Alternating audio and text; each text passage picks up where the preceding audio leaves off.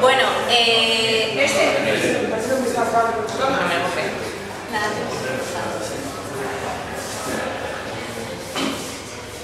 vale, pues bueno, vamos a presentar una iniciativa que se llama Obligaciones para las personas, Derechos para las personas, Obligaciones para las multinacionales, que es una iniciativa de la que se conocía antes como la campaña no al TTIP, no al CETA, que ahora, bueno, nos llamamos no a los tratados de comercio e inversión, porque, bueno, el TTIP ya como que en el momento está paralizado, pero se siguen produciendo todo tipo de tratados. La Unión Europea sigue negociando todo tipo de tratados con Vietnam, Singapur, muchos países. De hecho, el proceso se está acelerando, ¿no? Desde la creación de la Organización Mundial del Comercio en 1995 se han incrementado mucho el número y alcance de los acuerdos comerciales, ¿no? Y de hecho Europa es el que tiene mayor número de acuerdos comerciales regionales, seguida de Asia Oriental. Entonces, bueno, este año la campaña ¿no? de esta iniciativa que ha iniciado la campaña para 2019, ¿no? Derechos para las personas, obligaciones para las multinacionales, se centra en uno de los peores mecanismos, una de las peores cosas que tenían nuestros tratados de comercio e inversión, que son los tribunales de arbitraje ISDS, donde las empresas pueden llevar a los gobiernos, denunciar a los gobiernos de manera unilateral, solo está disponible para las empresas, por incumplir sus expectativas legítimas de negocio, sus intereses, ¿no? Un sistema de tribunales paralelo a la justicia ordinaria, ¿no? Entonces, bueno, por una pata la campaña se centra en eso, y luego la otra pata de la campaña tiene que ver con la impunidad corporativa, si bien ambas patas están íntimamente ligadas, porque de alguna manera lo que se da es un acceso a la justicia extraordinario y vinculante a las multinacionales, mientras que las víctimas ¿no? de violaciones de derechos humanos corporativas no tienen acceso a la justicia, a unas normas vinculantes que hagan que se juzgue, ¿no? a las multinacionales. Entonces, bueno, comentar que estos tribunales ISDS suelen estar, como comentado, incluidos en los tratados de comercio e inversión, o sea, los tratados de comercio más amplios. A veces hay tratados de inversión específicos de inversiones que están creados para proteger pues estos intereses de las multinacionales, que contienen también estos ISDS, ¿no? Dentro de los tratados bilaterales de inversión, que es la forma más común de los acuerdos de inversión,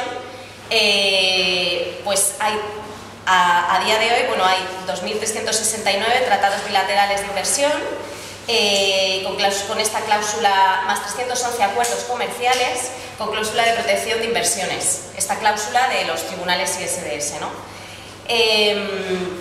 Y de todos estos, de 2.369, 1.810 han sido suscritos por algún miembro de la Unión Europea o por la Unión Europea.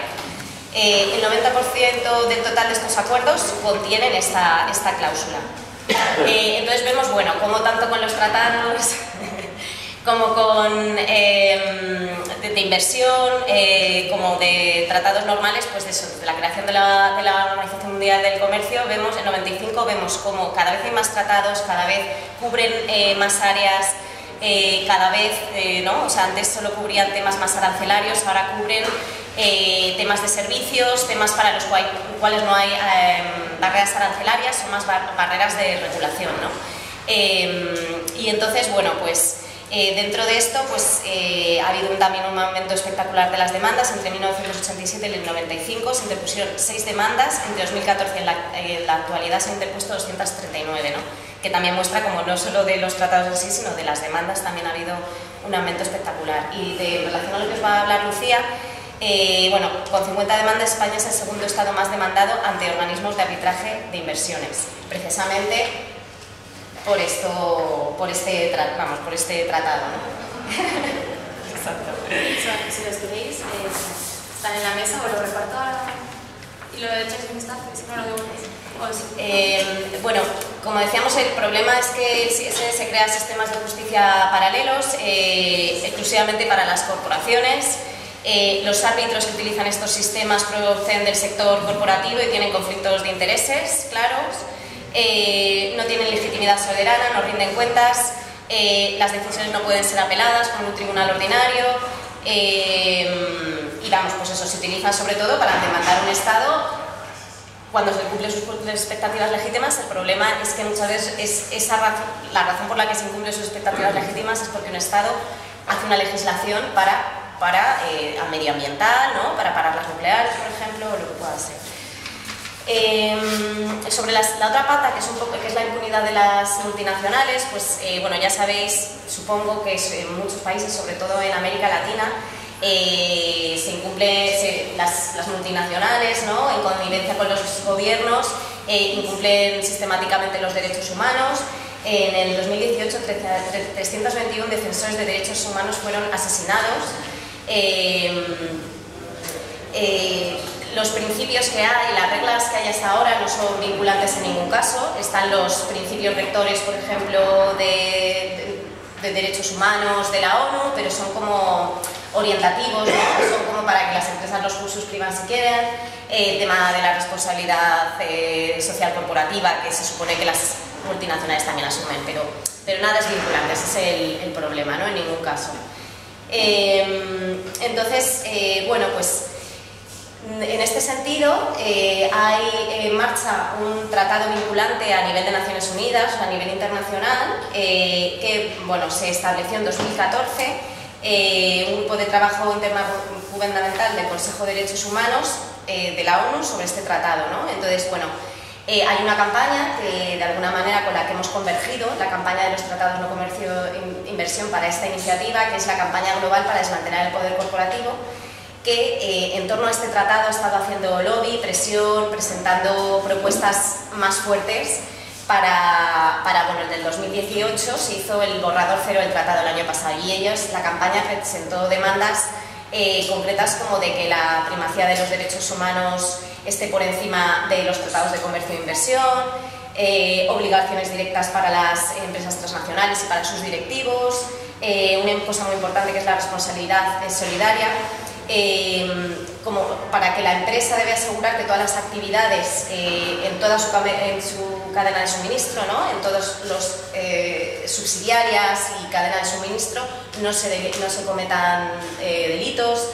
Un montón de demandas que, bueno, en el 2018 en realidad no se incorporaron casi y, bueno, pues se ve que el tratado no está teniendo el alcance que se necesita. Ahora en 2019 sale el borrador 1 o la versión 1 del tratado y, bueno, se prevé que muchas de estas demandas no se van a incorporar. Europa lo está debilitando y España tampoco está contribuyendo. Ellos dicen que sí, que Europa está contribuyendo, que España también, pero, bueno, la realidad no es tal. Entonces, bueno, pues como campaña, por un lado exigimos que se acabe con todos estos, con este mecanismo ISDS de todos los tratados ya firmados, que no se firmen nuevos tratados con este mecanismo, por un lado, y luego además pedimos normativa vinculante, ya sea a través de un tratado vinculante fuerte y que sirva para su propósito, porque si no, no sirve para nada, y por un lado con leyes nacionales de empresas y derechos humanos como la que está ahora mismo, que se ha hecho ya en Francia, y que de alguna manera se incluye esto de la cadena del suministro, ¿no? de que es para que al final, si los derechos humanos se incumplen en Ecuador, pues se pueda demandar a la empresa en su país matriz, porque en el caso, por ejemplo, de Chevron Ecuador lo que pasó es que Chevron ya no tenía activos después de todo el desastre humano y medioambiental que causó la Amazonia ecuatoriana, ya no tenía activos ahí, con lo cual, aunque Ecuador juzgó para que imponerle una multa, una sanción fuerte nunca se ha podido llevar a cabo, ¿no? Porque solo se podía juzgar en Ecuador, no se podía juzgar a la empresa matriz que estaba en Estados Unidos. Entonces, bueno, pues todas estas cosas. Bueno, ¿te puedo hacer una pregunta antes de que continúes? Tipo que al final mejor, que tenemos 5 minutos. Pues te paro el otro. Puede ser. Sí, porque tenemos poco tiempo, la verdad. Vais a correr, claro. Sí, vamos a... Sí, alguien puede ver el tiempo porque... Sí, yo lo controlo. Pues como parte de lo que contaba María, queríamos aterrizar también como que parecía más interesante por el foro en lo que es el tratado sobre la Carta de Energía. Que la verdad es que no sé si ya, o sea, veo muchas caras conocidas, entonces también entiendo que ya conocéis estos temas un poco, ¿no? Por lo menos la base, pero si no, hacer señales de, ¿no? Como de más explicación o preguntas. Sí, te refieres a qué es el tratado sobre la Carta de Energía, por ejemplo. Bueno, eso lo voy a explicar ahora, pero como más cosas de que a lo mejor me salto algunas bases, ¿no? Si necesitáis alguna una información más concreta. Bueno, pues aparte de la campaña que contaba María, que de hecho podéis firmar, si no habéis firmado todavía, y difundir. Está ahí la entrada. Está ahí la entrada. Vale. Pues yo vengo a hablar sobre el Tratado sobre la Carta de Energía, que tenéis este informe que además acabamos de publicar desde el Transnational Institute. Y bueno, es como el primer informe que se hace sobre el contenido específico de este tratado y algunos impactos, sobre todo relacionados a las demandas, porque si es verdad que es un tratado del sector energético, una de las cosas que más, como la piedra angular de este tratado, es precisamente estos mecanismos de arbitraje, que son los que están dando pues, esos privilegios a las multinacionales del sector energético en este caso, ¿no? Bueno, esto es lo que voy a explicar, que se trata de la carta sobre la Carta de la Energía, algunas claves sobre las disposiciones principales, o sea, parte del contenido, y cómo afecta esto a la transición energética.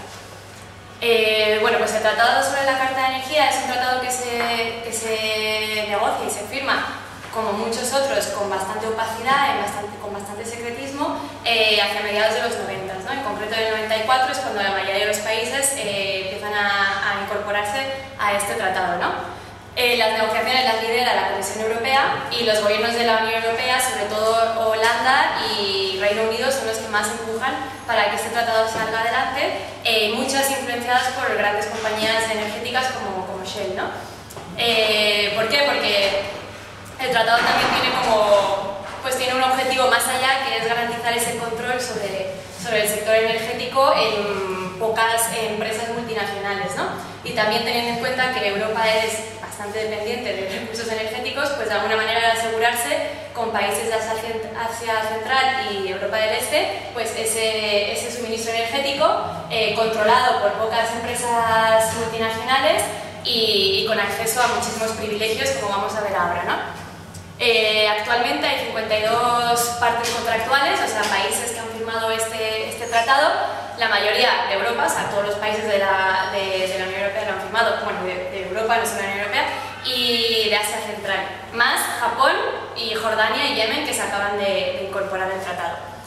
El tratado, pues, ¿no? Son como 80 páginas y contiene un montón de artículos y disposiciones sobre reglas concretas sobre el tipo de comercio, sobre la circulación energética, etc. Pero como comentaba al principio, la piedra angular, o sea, lo que más nos interesa sobre este tratado es el capítulo de inversiones, que es al final el que concede todos esos privilegios a estas grandes empresas multinacionales, ¿no? O sea que aunque si leéis el tratado, si os interesa, y leéis el articulado, sí que hay disposiciones que hablan sobre la transición energética y la necesidad de transicionar hacia una energía más limpia, etc. Pero todo eso, digamos que son pues reglas, normas que se indican a lo largo del tratado, pero el capítulo que es obligatorio y el capítulo que está por encima del resto es el de inversiones, ¿no? Que es el que vamos a hablar más específico ahora, sobre todo porque nuestra campaña es concreta sobre el arbitraje de inversiones, ¿no?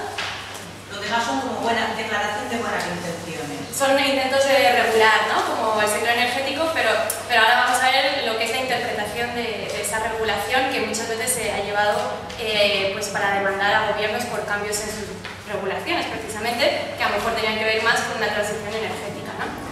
Esto es nada más para que veáis como una evolución del régimen de inversiones, de acuerdos de inversiones internacionales, porque, bueno, como comentaba María, ¿no? Esto no es de ahora, sino que pues, lleva desde los años 50 tejiéndose todo este sistema, ¿no?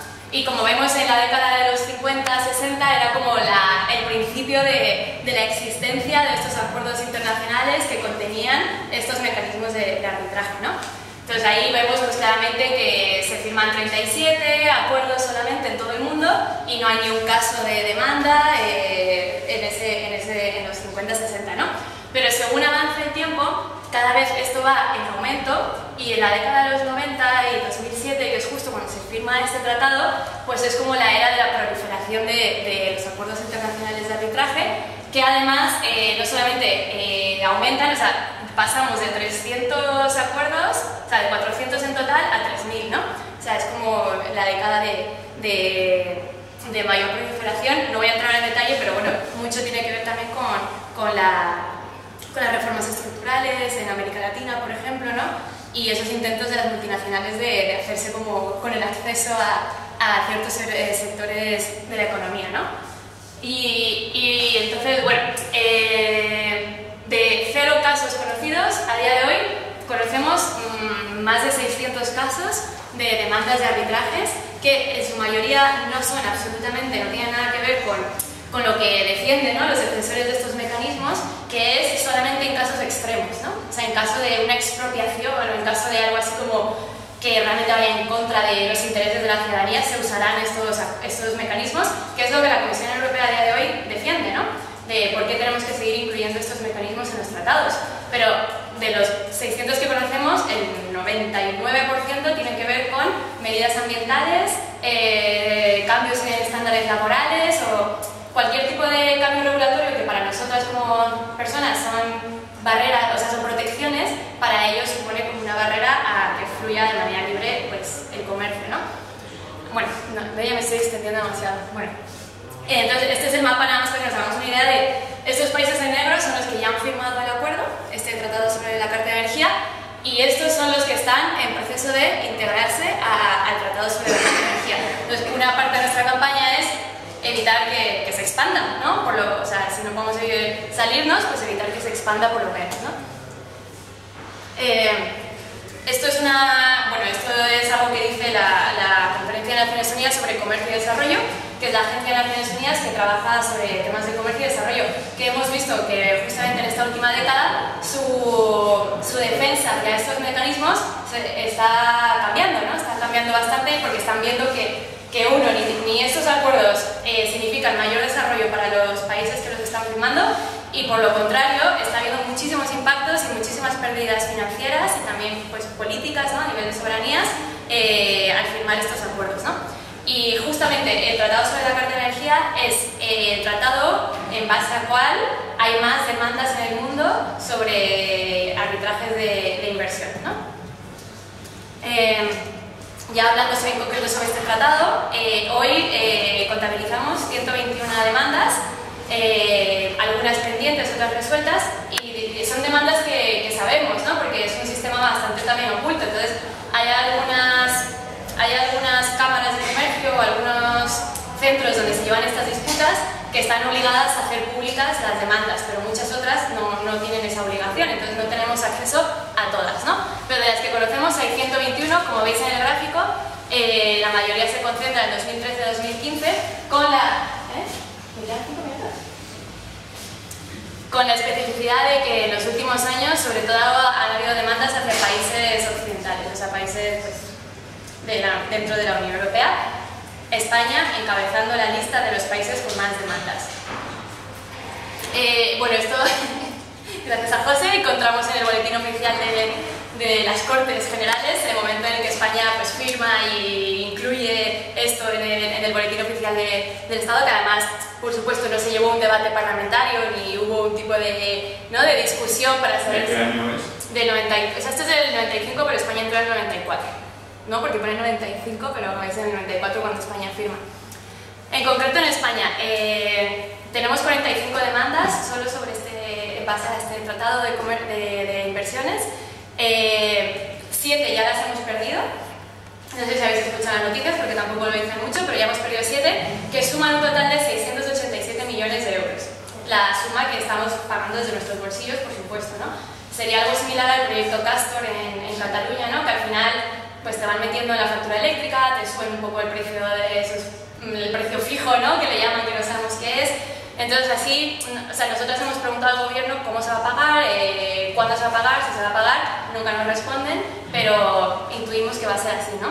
Si llegásemos a perder las 45 demandas, estamos hablando de una suma aproximada de 7.000 millones de euros que podríamos pagar.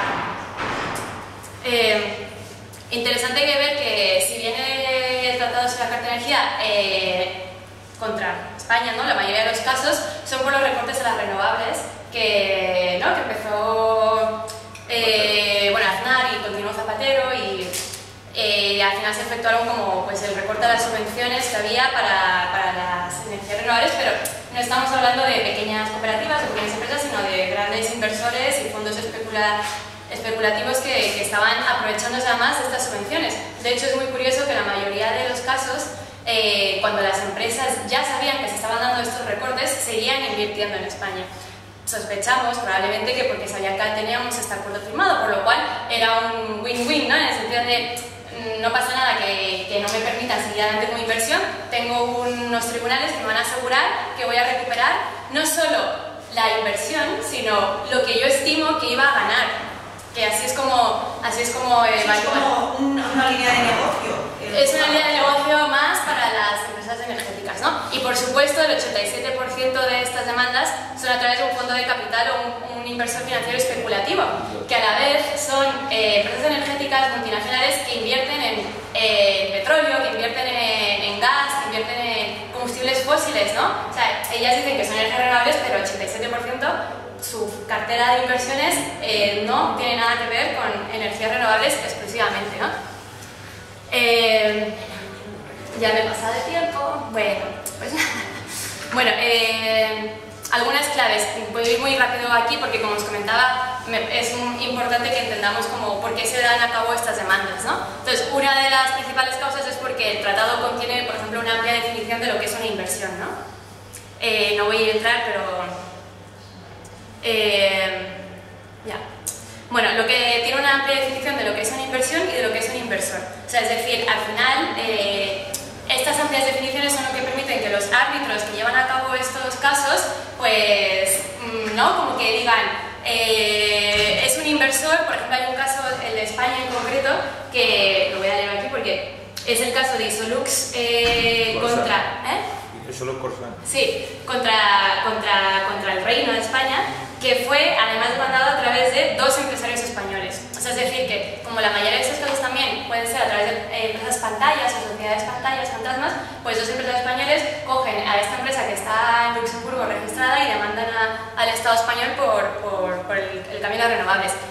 Es súper curioso que la última demanda que conocemos, que además es la más cuantiosa, la lleva a cabo Quatre Casas. Es el despacho de abogados que más casos lleva contra el Estado español, en el cual se acaba de integrar Soraya Sanz de Santa María, quien estuvo a su vez haciendo, no directamente, pero de manera indirecta participaba en estas negociaciones sobre los recortes en las energías renovables, ¿no? O sea, que hay un caso de robarnos, de seguir robándonos. Y de puertas migratorias y de mucho, ¿no? Voy a ir solamente a una de las disposiciones que me parece interesante para aterrizar también sobre el caso de hoy, que es el tema de la expropiación indirecta, ¿no? O sea, hay un apartado en el tratado que dice que las inversiones no deberían estar sujetas a medidas que tengan un efecto equivalente a la nacionalización o expropiación, a excepción de si la expropiación está acompañada de un pago rápido, adecuado y efectivo. Aquí, o sea, la remunicipalización o de la comercializadora energética que sea del ayuntamiento, pues un inversor extranjero puede decir, es que esta medida para mí es una expropiación indirecta de mis inversiones, por lo cual te demando. Y muchas veces no solamente es el hecho de que te demanden, sino la amenaza de que te pueden demandar hace que tú, como legislador, no toques nada de tus legislaciones porque te estás enfrentando a sumas billonarias. En el caso de Alemania hay es como el caso más también conocido, que es la empresa Vattenfall sueca contra Alemania, ¿no? Y esta precisamente utilizó la expropiación indirecta para decir que los cambios regulatorios en medio ambiente de Alemania suponían una expropiación de la empresa de energía nuclear sueca en Alemania, que ya no podía seguir sus actividades. Pero entendéis la locura, ¿no? La perversión de esto. Entonces, bueno, sigo. Obviamente son pérdidas multimillonarias para los estados. Y aquí es la última 3 diapositivas, que sería precisamente cómo afecta esto para acabar con la transición energética, ¿no? La idea de las diapositivas anteriores era para que vierais como la ambigüedad del lenguaje, que realmente puede ser aplicado a cualquier cosa, porque ¿quién nos dice que si sea, ¿no? Que si hay empresas que, sobre todo las que están detrás de este tratado, se dedican a las energías fósiles, petróleo, etcétera, si todos los gobiernos deciden acabar con este tipo de energías, dejar de invertir en combustibles fósiles con energía nuclear, eso da pie a que puedan ser demandados por energías que tienen a veces mucho más capital que municipios, que comunidades autónomas e incluso que algunos países más pequeños de la Unión Europea, ¿no? Entonces, bueno, esto es como una cita del propio secretario general de la Carta de la Energía, que dice que el tratado es neutral con respecto a la tecnología. Debemos utilizar la diversidad de fuentes de energía disponibles y el tratado acoge con satisfacción a todas ellas. O sea, en ningún momento en la carta dice solo vamos a utilizar un tipo de energía, no, vamos a utilizar todas las que tengan, pues, las que se puedan. Entonces, con esta ya acabo, que es el caso de Vattenfall contra Alemania, como os comentaba al principio. Es una empresa sueca que es propietaria de una central de energía nuclear en Alemania, ¿no? ¿Sí? Vale. Pues Vattenfall le exigió al gobierno de Alemania 4.300 millones de euros, es la más cuantiosa, por el cierre de 2 de sus centrales nucleares tras la catástrofe de Fukushima y también por las protestas antinucleares que se dieron en el país, ¿no? Y no solo eso, sino porque además eran de las plantas nucleares más antiguas, más viejas, que tenían como mucho más riesgo de algún tipo de drama, ¿no? De desastre. Entonces, lo que al final resultó fue el Parlamento alemán decidió cerrar de inmediato y permanentemente los reactores más antiguos de Alemania y entre ellos los de Vattenfall. Digamos que este juicio se inició en 2012 y sigue pendiente a día de hoy. Solamente en gastos administrativos, en costes de abogados, en costes de todo, ya van como unos 100 millones de euros que los alemanes están pagando en sus bolsillos para defenderse contra esta empresa. Y el monto de la demanda pues eso equivale como al casi un 25% del presupuesto de salud en Alemania, ¿no? No se ha hecho público ningún caso de los documentos de este caso, entonces es también difícil poder tener acceso a en qué momento estamos ahora mismo. La empresa Vattenfall demandó antes de este caso sobre una planta eléctrica que también era propietaria de Vattenfall, y al final lo que hizo el gobierno alemán fue cambiar la legislación para no tener que cerrar esa planta eléctrica, ¿no? Entonces, como que ese es el poder que otorga este tratado, ¿no? Bueno, pues acabo ya porque no hay tiempo, porque me he pasado, pero... Que sepas que has dado la conferencia a 200 por hora. Ya lo sé. O sea... ¿Puedes explicar quiénes son los jueces y quién los elige? Sí, una cosa antes de terminar, porque es que en realidad hemos tenido menos del tiempo que se nos dijo y no tal, pero comentar que como campaña, una de nuestras demandas, a lo mejor la que tenemos más pensado centrarnos en ella, es en la salida del gobierno de la Carta de la Energía. Sí, está justo aquí como perdona, que no sé los 5 motivos por los que España debería salirse de la Carta de la Energía, y estamos ahora mismo organizando una campaña precisamente para... ¿Por qué? Porque Italia se salió. O sea, Italia y España eran las más demandadas. Italia se salió en el 2015 justificándolo dentro de su ley de presupuestos públicos, ¿no?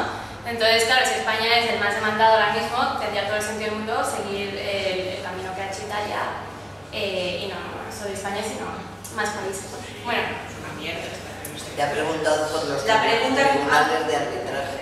Unos momentos. La composición de los tribunales de arbitraje. vale, tenéis un capítulo aquí específico que explica cómo funcionan, pero básicamente son 3 árbitros que la mayoría de veces proceden del derecho mercantil solo, o sea, no tienen otro tipo de especialidad.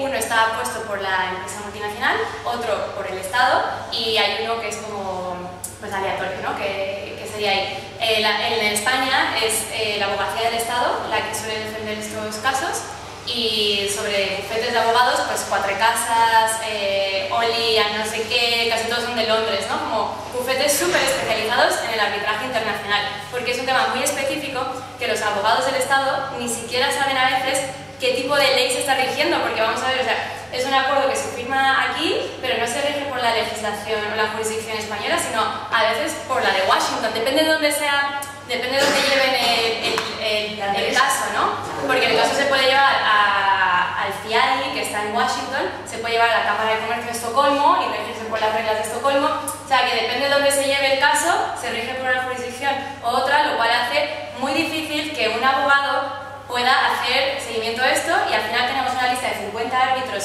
en el mundo especializados en esto, que además, aquí lo tenéis explicadísimo, pero hay unos casos de puertas giratorias increíbles, ¿no? ¿El tercero quién lo elige?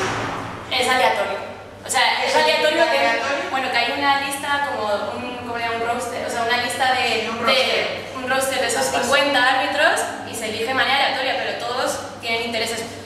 ¿Quién lo elige? ¿De acuerdo a las dos partes? Sí, ¿El tercero? sí, se acuerda con las dos partes, pero no, o sea, aquí hay un tema que no da tiempo a explicar, como es el tema del conflicto de interés, por ejemplo, porque muchos de estos árbitros, o sea, no son, vamos a ver, que no es un juicio al uso, no es en plan que van a un tribunal y hay una sentencia y hay público y hay audiencia y hay testigos, puede ser perfectamente un cuarto de un hotel que se juntan ahí 5 personas a hablar sobre esto, lo debaten, cierran y hacen público o no la sentencia. De todas maneras, esos árbitros casi siempre están vinculados a los lobbies.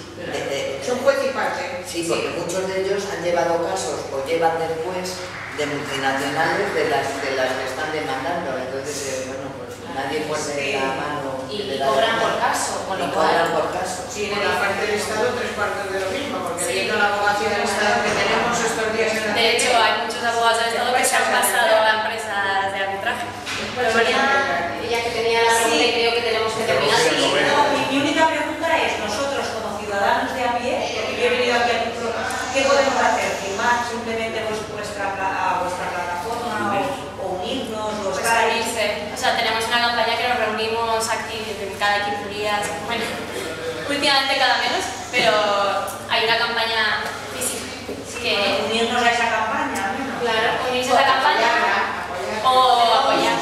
Mira, podemos pasar un papel para que aparte de firmar para la petición, si queréis que para la próxima reunión que vamos a tener, que va a ser probablemente formativa y vamos a tal, quien quiera se pueda apuntar. Hay un seminario online que estamos preparando también de 1 hora para hablar sobre esto. Y tenéis una página web. Hay una página web, pone el informe. Pero es verdad que nos han dicho que hay que irse ya a comer. Siento haber ido tan rápido, era mucha información. Mucha